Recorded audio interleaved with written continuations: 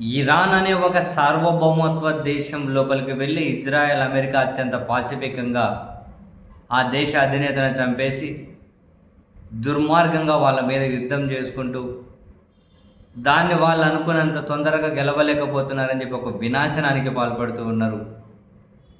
ఇంత జరుగుతూ ఉన్న భారతదేశం నుంచి కనీస స్పందన లేదు, కనీసం ఖండించే స్టేట్మెంట్ కూడా లేదు. ఓ 5 రోజుల తర్వాత ఏమో ఖమేనీ హత్యకు ఏదో జస్ట్ ఒక కాండలెన్స్ ఢిల్లీలోని ఇరాన్ రాయబార కార్యాలయానికి వెళ్ళి ఒక కాండలెన్స్ నోట్ రాసి వచ్చారు. మన ఆతిథ్యం మీద, మన ఆహ్వానం మీద విశాఖపట్నం వచ్చి ఏం ఆయుధాలు లేకుండా నిరాయుధీకరణతో ఒక ఇరాన్ యుద్ధ నౌక వెళ్తూ ఉంటే అసలు వరకే వచ్చారు మనం పిలిస్తే ఒక కార్యక్రమానికి. దాన్ని అత్యంత దారుణంగా అమెరికా కూల్చేసినా కూడా మన దగ్గర నుంచి స్పందన లేదు. చాలామందికి ఆశ్చర్యం అనిపించింది. ఇరాన్తో సంబంధాలు ఈ రోజువి కాదు, వేల సంవత్సరాల, అసలు వేల సంవత్సరాల బాండింగ్ ఉంది ఇరాన్కి భారత్కి. వందలు కాదు, వేల సంవత్సరాలు. ఇరాన్ అంటే ఒకప్పుడు పార్షియన్ అంటారు కదా, అదే ఇప్పుడు మన టాటాలు ఉన్నారు కదా, రతన్ టాటాలు, వాళ్ళు అక్కడి నుంచి వచ్చిన వాళ్ళు. వేల సంవత్సరాలుగా భారత్కి ఇరాన్కి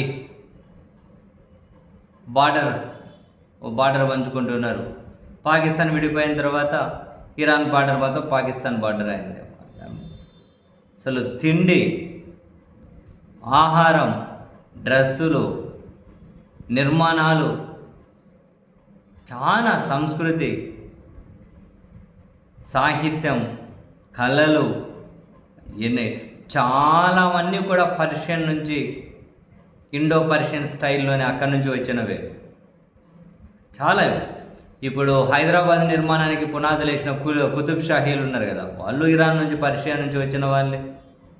వాళ్ళు కూడా మన రంజాన్ అంటే హలీం అంటాం. హలీం అన్నది అక్కడ పర్షియన్ నుంచి, అక్కడి నుంచి వచ్చినటువంటి తిండి. ఇప్పుడు తాజ్మహల్ కట్టింది కూడా ఇండో పర్షియన్ స్టైల్లోనే, అదే ఆర్కిటెక్చరే కదా, ఆ స్టైల్లోనే కదా. మన చార్మినార్ కూడా సేమ్. ఇటువంటివన్నీ ఆ పదాలు మనం వాడతాం. చంద్రబాబు సర్కార్ అంటాం. సర్కార్ అనే పదం ఎక్కడ? పర్షియన్ నుంచి వచ్చింది కదా, పర్షియన్ నుంచి వచ్చింది కదా. మనం గజం స్థలం అంటాం. గజం ఎక్కడి నుంచి వచ్చింది? పర్షియన్ నుంచి వచ్చింది. ఆ దర్బార్ అంటాం. దర్బార్ ఎక్కడి నుంచి వచ్చింది? పర్షియన్ నుంచి వచ్చింది.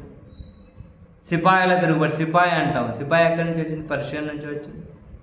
మన రాజులు చాలా కాలం పాటు పర్షియన్ భాష వాడేవాళ్ళు. చాలా సంబంధాలు ఉన్నాయి. అయినా కూడా చాలా నమ్మకమైన మిత్రుడు ఇరాన్ భారత్కి.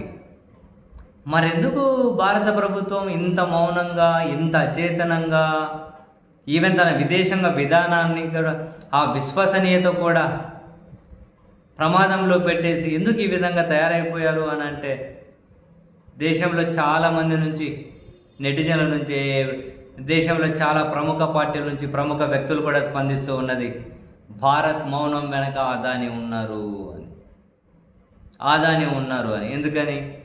అదానీకి ఇజ్రాయెల్లో పోర్ట్ ఉంది, $1 బిలియన్ పెట్టుబడి పెట్టారు. ఇజ్రాయెల్లో పోర్ట్ ఉంది. మరి ఇక్కడ మళ్ళీ ఇరాన్ దగ్గర చాబహార్ పోర్టు, భారత్ పెట్టుబడులు ఉన్నాయి కదా, అది చాలా ప్రయోజనం కదా. అంటే చాబహార్ పోర్టులో భారతదేశం పెట్టుబడులు లేదు, జనానివి, వాళ్ళ జనం సొమ్ము ఉంటే ఏంటి, పోతే ఏంటి. ఇజ్రాయెల్ పోర్టులో పెట్టుబడులు అదానీవి, మరి అది ఇంపార్టెంట్ కదా. దాన్ని అదానీ పెట్టుబడి కాపాడమే కదా ఈ ప్రభుత్వ ప్రధాన కర్తవ్యం. విమర్శలు ఇట్లా వినిపిస్తూ ఉన్నాయి. సో ఇజ్రాయెల్ పోర్టు ఉంది, ఇప్పుడు ఇరాన్ అటాక్ చేయడం వల్ల ఆ పోర్టు కూడా కాసింత దెబ్బతినిందని వార్తలు వస్తూ ఉన్నాయి. లేదు, మా పోర్టు బాగానే ఉంది అని చెప్పి అదానీ వాళ్ళైతే ప్రకటించారు. $1 బిలియన్ పెట్టుబడులు ఉన్నాయి. అంతేకాకుండా ఇప్పుడు అక్కడ ఇజ్రాయెల్లో డ్రోన్లు తయారు చేసే ఒక జాయింట్ వెంచర్ ఉంది అదానికి, ఇంకోరికి. సో వాళ్ళు తయారు చేసే డ్రోన్లే ఇజ్రాయెల్ డిఫెన్స్ ఫోర్సెస్ కూడా ఇస్తూ ఉన్నారట. బహుశా యుద్ధంలో కూడా అవే వాడుతూ ఉన్నారేమో. సో ఇది ఇంకా యుద్ధం ఎక్కువ కనుక జరిగితే, డ్రోన్లు ఎక్కువ అయిపోతే, మళ్ళీ వీళ్ళకు డ్రోన్లు తయారు చేసే పెద్ద పెద్ద కాంట్రాక్టులు ఇంకెక్కువ వస్తాయి కదా. బహుశా ఆ కోణం ఉందేమో నాకు తెలియదు. కానీ ఒక పక్క డ్రోన్లు తయారు చేసే కంపెనీ అయితే ఉంది ఇజ్రాయెల్లో, ఆ డ్రోన్లు ఇజ్రాయెల్ ఆర్మీకి ఇస్తారు. అక్కడ పోర్ట్ ఉంది, అక్కడ పెట్టుబడులు. సో ఈ పెట్టుబడులకు ఇబ్బంది కలగకుండా ఉండాలి అనే ఇజ్రాయెల్ అమెరికా ఏం చేసినా భారత్ మద్దతు ఇచ్చుకుంటూ పోతూ ఉంది. ఇంత నమ్మకమైన మిత్రుడు ఇరాన్కి ఇంత అన్యాయం జరుగుతూ ఉన్నా కూడా భారత్ మౌనంగా ఉంది అని పెద్ద ఎత్తున విమర్శలు కనిపిస్తూ ఉన్నాయి.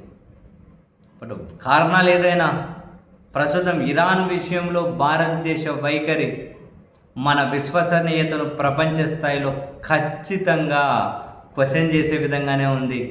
మన దేశ నాయకత్వం గురించి ప్రపంచ దేశాలు మాట్లాడుకునే పరిస్థితిని అయితే వీళ్ళు కల్పించారు.